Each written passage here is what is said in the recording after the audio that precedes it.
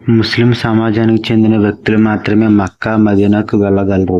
నగర పరిధిలో కూడా ముస్లిమేతరులు ప్రవేశం లేదు. దీనికి కారణం ఏంటో తెలుసుకుందాం.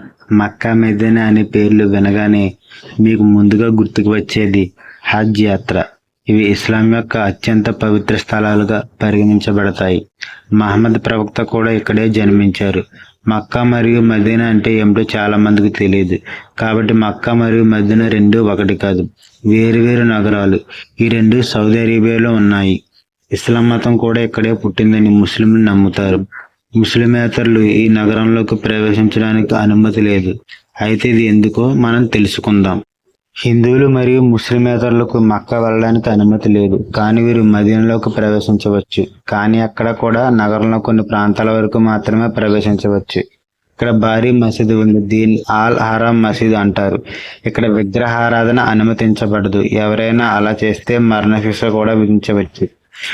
ముస్లింలు మాత్రమే మక్కాకు వెళ్తారు, ఎందుకంటే ఇస్లాంను అంగీకరించిన వారు మాత్రమే అల్లాను ఆశ్రయిస్తారని అరబ్ షేకులు నమ్ముతారు.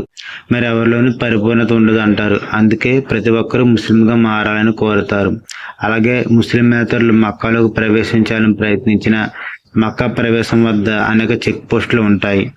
లోపలికి వేరే మతం వారు ప్రవేశించలేరు. ఒకవేళ ప్రవేశించిన వారికి జైలు శిక్ష మరియు భారీ జరిమానా కూడా విధించబడుతుంది. ఇస్లామిక్ ప్రపంచంలో సౌదీ అరేబియా అత్యంత ప్రభావవంతమైన దేశం. అల్లాహ్ ప్రార్థన మాత్రమే అనుమతించబడుతుంది. దీన్నే నమాజ్ అంటారు. ప్రతి ముస్లిం ఒక్కసారైనా ఇక్కడికి రావాలని అంటారు.